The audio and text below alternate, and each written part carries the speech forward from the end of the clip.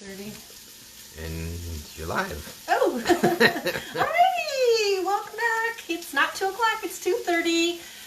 Sorry, John had a little bit of a shoulder therapy to go to today, and I forgot to mention that yesterday. But here we are, and I've got a few things for you today.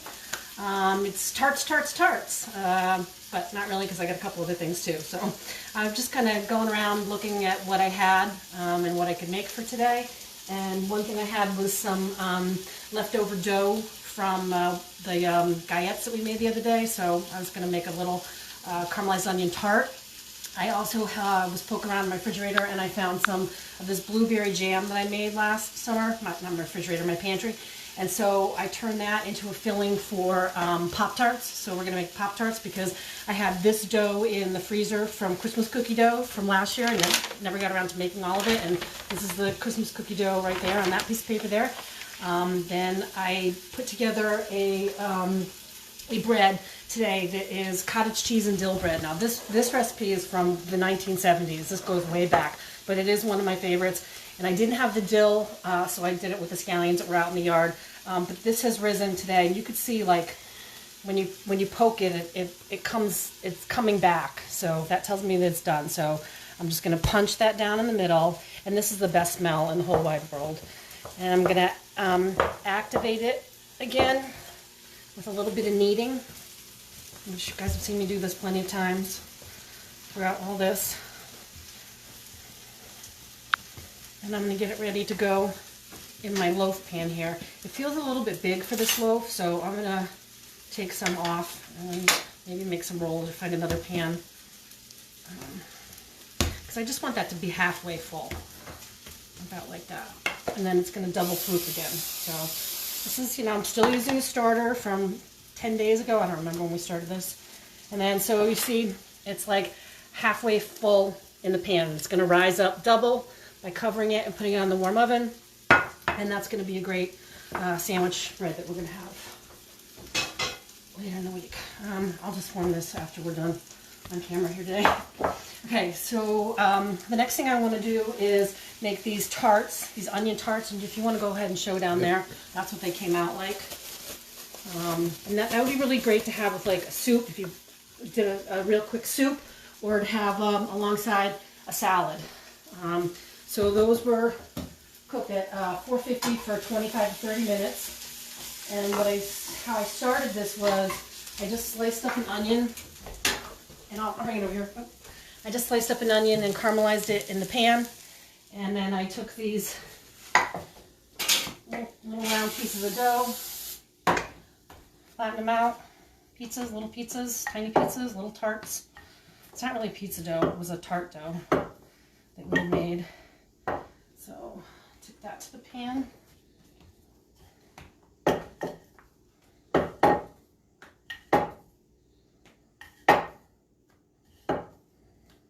You could put a fried egg on this too. It'd be delicious with a fried egg on this. You put the raw egg on the No, after you cook it. After I cook those ones you just showed down there. Oh, after okay. I cooked them, we could okay, so then I had this really good olive oil direct from Italy from my very generous neighbors. I just put that down, and I put a little bit of Parmesan cheese on top of it. Now, this isn't really cheesy. It's not like a pizza. It's a tart. And then I'm going to go ahead and just spread these onions out on here. If you don't like onions, make it with tomato. If you don't like tomato, make it with peppers. Make it with whatever you have in your fridge. It's just going to be a little side dish to go with whatever you're serving tonight. And then I like it spicy, so I just put some pepper flakes on that. And if you want, you can put more Parmesan cheese. So this goes into a 400-degree oven for 25 to 30 minutes. You want it to get really crusty on the bottom. The ones I made before, I made my pizza stone, but I want to use my pizza stone for this next little thing that we have. So this is going to be my version of Pop Tarts. My son really likes Pop Tarts, but I'm going to try this with this leftover dough that I had from Christmas. So this you're just going to roll out. Try to keep it as square as possible because we're going to cut, Pop Tart shapes out of them.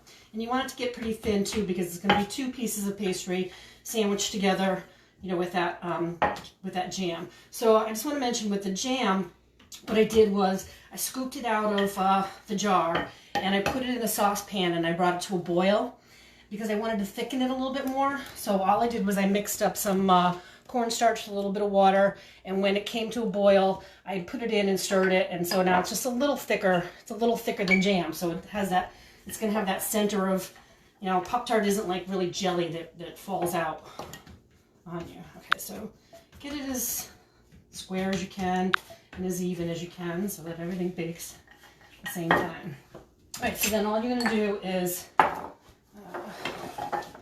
take this guy, cut it in half, and then make your, you know, just eyeball it. If you want to get out a roller, you can get out a roller and be specific, but I don't think it's necessary. Just eyeball it. Okay, so the bottom parts are going to go right on this sprayed pizza stone that I have for you here. So 3 bottoms, 1, 2, 3. Okay, then the 3 tops are going to get the air holes that, you know, are popular in Pop-Tarts. Okay, and then you're going to take this jam and put a little bit in the middle of each one, like so. And this is from my blueberry bushes out in my front yard last year. I made this, I made it and I canned it, which if we are still doing this in June, I might demonstrate how to can blueberry jam and some other items. All right, so you just spread it, but you don't want to go out to the edge because that's where the next crust is going to go. So just kind of evenly within the parameters, you know, leave a seam. And then you pick up the top. You guys can be neater with all of this. You can cut it out perfectly and be neat. I'm kind of going quickly. All right, and then, you know, give it the Pop-Tart definition. You got there, and then just go around with your fork to make the pastry crust part on the outside. I didn't egg wash this. I guess you could, but mine just melted together. Egg wash the outer edge. I just melted. And you can be more careful about this than I am. I'm trying to go pretty quickly here. I don't know why. I don't have anywhere to go. I don't have anything to do. All right. So then all I did was I sprinkled a little cinnamon sugar on it. And I baked these at 375 for 15 minutes. But I'm going to give you that recipe for that one over on our YouTube channel, John & Heather Perfetto. Check us out there if you missed anything that we've done this week. The next thing that I want to do is make a glaze. And I'm going to do 2 things with that. This was the second half of that dough from yesterday. We made that pull-apart bread. And I don't have a picture of the pull-apart bread because, as expected, as soon as Jaden came down, he ate through, like, I mean, I'm not kidding you, that entire loaf of bread, but he can, so let him. I had some too. So the other one, what I did was I put it together and folded it together with the cinnamon in the middle, and I made a rope out of it, and I spun it together in this, like, great big, huge, big cinnamon roll Danish. But I want to make a glaze for this and for the Pop-Tarts. So this is just powdered sugar in here, and it's supposed to be powdered sugar and lemon juice and vanilla, but guess what? I don't have a lemon again because I put that in the pasta. So maybe a teaspoon of vanilla. This is just for flavor. And I have a lime. So, all right, we're gonna make it blueberry lime glazed Pop-Tarts and bread. And then this is just a little bit of milk to, you know, kind of melt the sugar. Mine's a little browner than I want it to be because I put too much vanilla in. You can go, there is clear vanilla, it is such a thing. And you can go without the vanilla too. All right, so it's gonna make this glaze. And I'm just gonna drizzle it over this guy. I'm gonna cut this open for you in a minute too, just so you can see what it looks like inside. And then we're gonna go over these Pop-Tarts, the ones that I cooked before. We're going to put in the Pop-Tart glaze.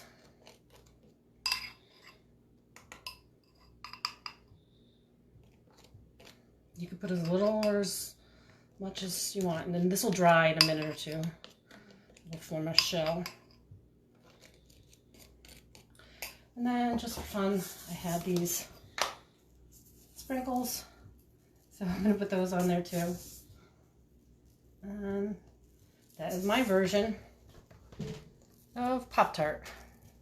Alrighty. That's what I have for you today. But I do have a Tuesday topic. Yesterday was Monday motivation. Today I have a Tuesday topic. And here's my topic for you today. It's a slow process, but quitting won't speed it up. So think about that. It's really supposed to be meant for the gym. It's a slow process, but quitting won't speed it up. But I think it's really important to keep in mind now that we're going through this. Yeah, it's a slow process. I used to measure the days of the week by, Monday, Tuesday, Wednesday, Thursday. It was always Friday in my world with restaurant business. Now I'm starting to measuring time in how many times I vacuumed the house, or how many times I changed my sheets, or how many times I brought the garbage out to the street. It's just a different way of looking at the time that we are spending together. And with that being said, John has a little restaurant for you because, for those of you who know us, we own the restaurant, and a lot of our friends and family, people that, are still our rainbow family, work in these restaurants, and they're really going through some tough stuff right now with no income. So we are trying to support them, and John has... I know that we did we made mac and cheese the other night at one of our videos, but if you're not in the mood to make it, you can go check out Mac and Out. It's a pretty popular place that we frequent often. They're on the Post Road in Milford, 902 Boston Post Road. It's between North Street and Forest Road, and obviously they're doing strictly takeout, curbside. But I'd recommend giving them a call, give it a shot. They're open 7 days a week. They even have a great little online ordering, so you don't have to talk to anybody. Place the order, pay for it, and they'll tell you how long it'll be before it's ready. And I think it's worth. We get buffalo chicken. Yeah, buffalo definitely chicken. Some buffalo chicken. What else they have? Barbecue ends. Barbecue, steak yeah. and cheese. Yeah, so something different. Yeah, definitely different. Give them a try. So maybe we're going there today. Yeah. I didn't cook anything for dinner, so we might be going there to get some Mac and Out to go with our onion tarts. Let's see. Coming up tomorrow, I'm going to do the chicken nuggets that even the grown-ups will like. Later in the week, I couldn't get a whole chicken, but I want to get a whole chicken and show you how to break down a whole chicken, separate the breast from the legs and the wings on the thighs and things that you could do with that. I'm probably going to cover this week how to sharpen your knife and some knife cuts that I think you might find interesting. And if you have any ideas, shoot them over to me. I'd be happy to teach you what I know how to do because I can right now. So that's all I have until we eat again. Thanks.